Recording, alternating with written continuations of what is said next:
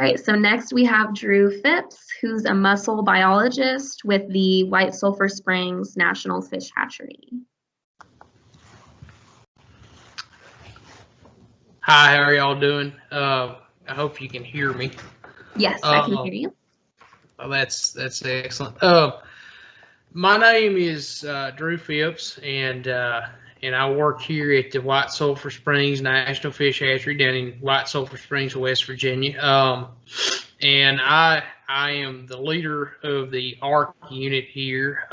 We work mainly with endangered species and threatened species of freshwater mussels, endangered fish species like the candy darter, and we also work with the endangered and threatened crayfish species, the big sandy crayfish and the guyandotte crayfish. Several of those are endemic to West Virginia, which means they only live, here and just over the Virginia border. And into Kentucky, they're pretty close. We deal with a lot of different mussel species that are native only to the southeast, and I have probably handled more endangered species of animals than most will ever see in their lifetime, of multiple fauna groups. I'll tell you a little bit about how I got into this. I started out, I am the son of a bunch of coal miners from Southwest Virginia, and I grew up on the Clinch River, which is probably the most diverse river in the eastern part of North America and one of the more diverse rivers in the world.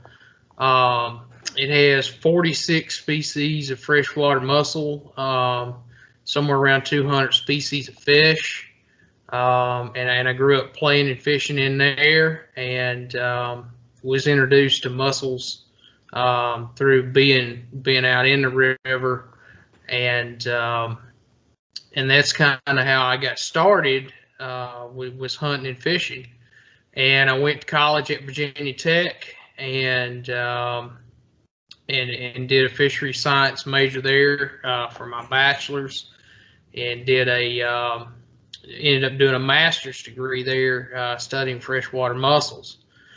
And that's a little bit about me, but a little bit more about what we do here at the hatchery.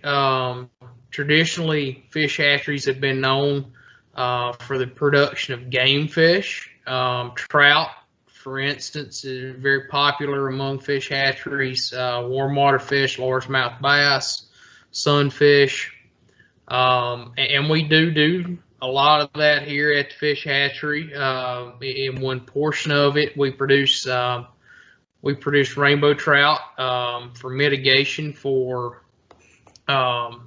portions of the West where the Army Corps of Engineers impacted trout streams.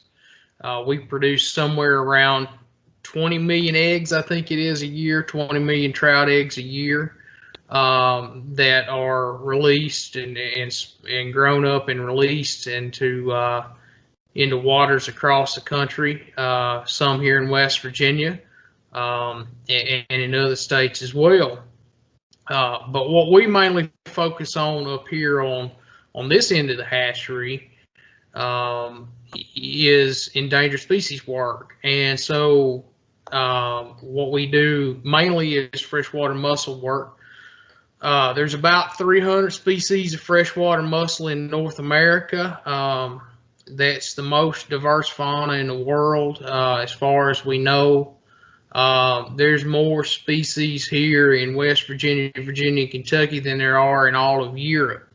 In some of our streams and rivers here close by, we have more species than whole continents have.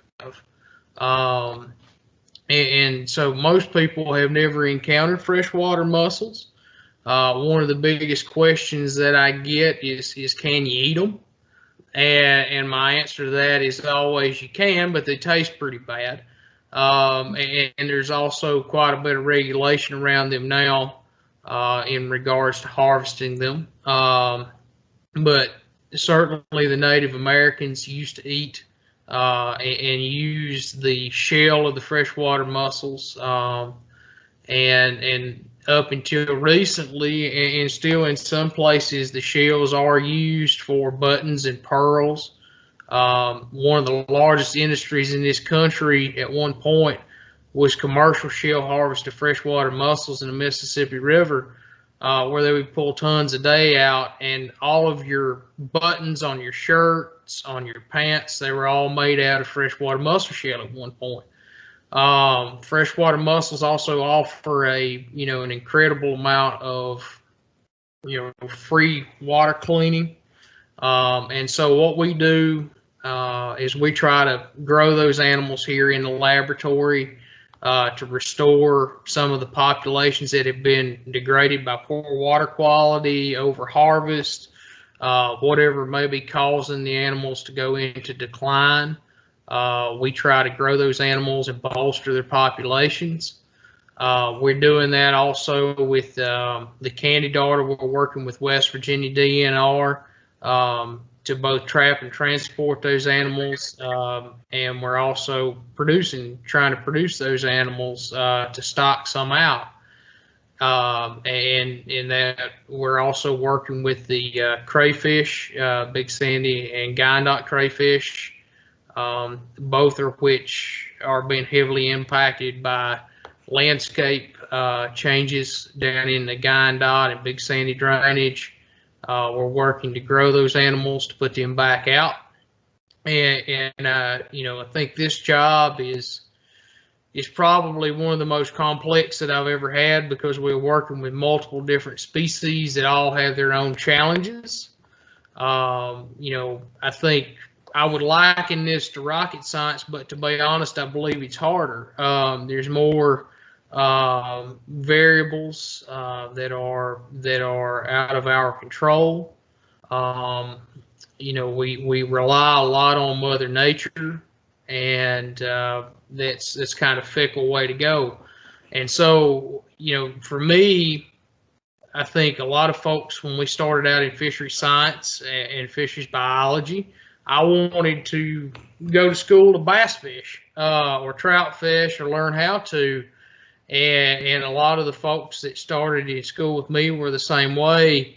And what we realized really quickly is we were going to have to use a lot of chemistry and biology and a lot of statistics. Suddenly got involved and cluttered the fishing up a whole lot.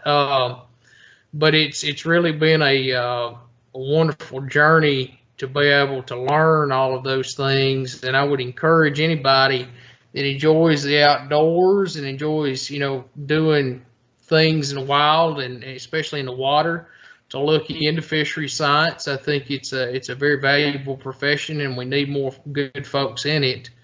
And it's definitely very difficult, but it's something that you can certainly do. And there's a lot of good programs out there. There's programs at Virginia Tech. There's programs at Tennessee. West Virginia University, of course, has a very fine program.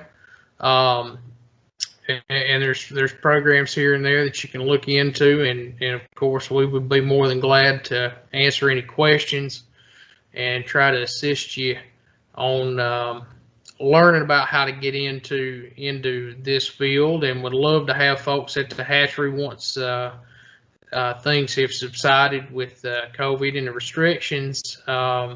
We do a lot of work here that folks enjoy coming to see us spawn the trout, or when we're working with the mussels and the fish. And I think we're more than happy to do tours and have visitors, and hopefully things will return to sunshine and blue skies soon, and we can resume those things. And I'll just say that really it's been a rewarding career, and hopefully we can do a lot more over the next year or two to help a lot of these species that a lot of folks have never seen. And that's kind of all I have. Awesome. Thank you so much. Are there any questions in the chat for Drew?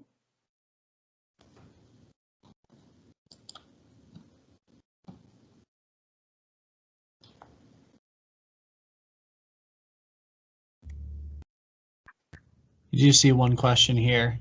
Do you have to do a lot of traveling for your position to the various areas that you study, or do you do most of your work at the hatchery? So in this position now, I spend a lot more time at the hatchery than I used to in some of my previous positions as a field biologist. You know, now a lot of the animals are brought here by West Virginia DNR and other agencies that we work with for us to work with, and our job is mainly contained within the hatchery, which is a big enough job in itself. We do some field surveys and monitoring. We're hoping to increase that. We do some field collection of animals, but I would say that it's probably 80-20. You know, 80% in the hatchery and 20% travel. You know, there's a lot of field mussel biologists who spend a lot of time on the road, consulting folks who do consulting mussel biology. They probably spend 80% of their time, you know, traveling. And so there's quite a few things that can be done with endangered species that put you in different positions.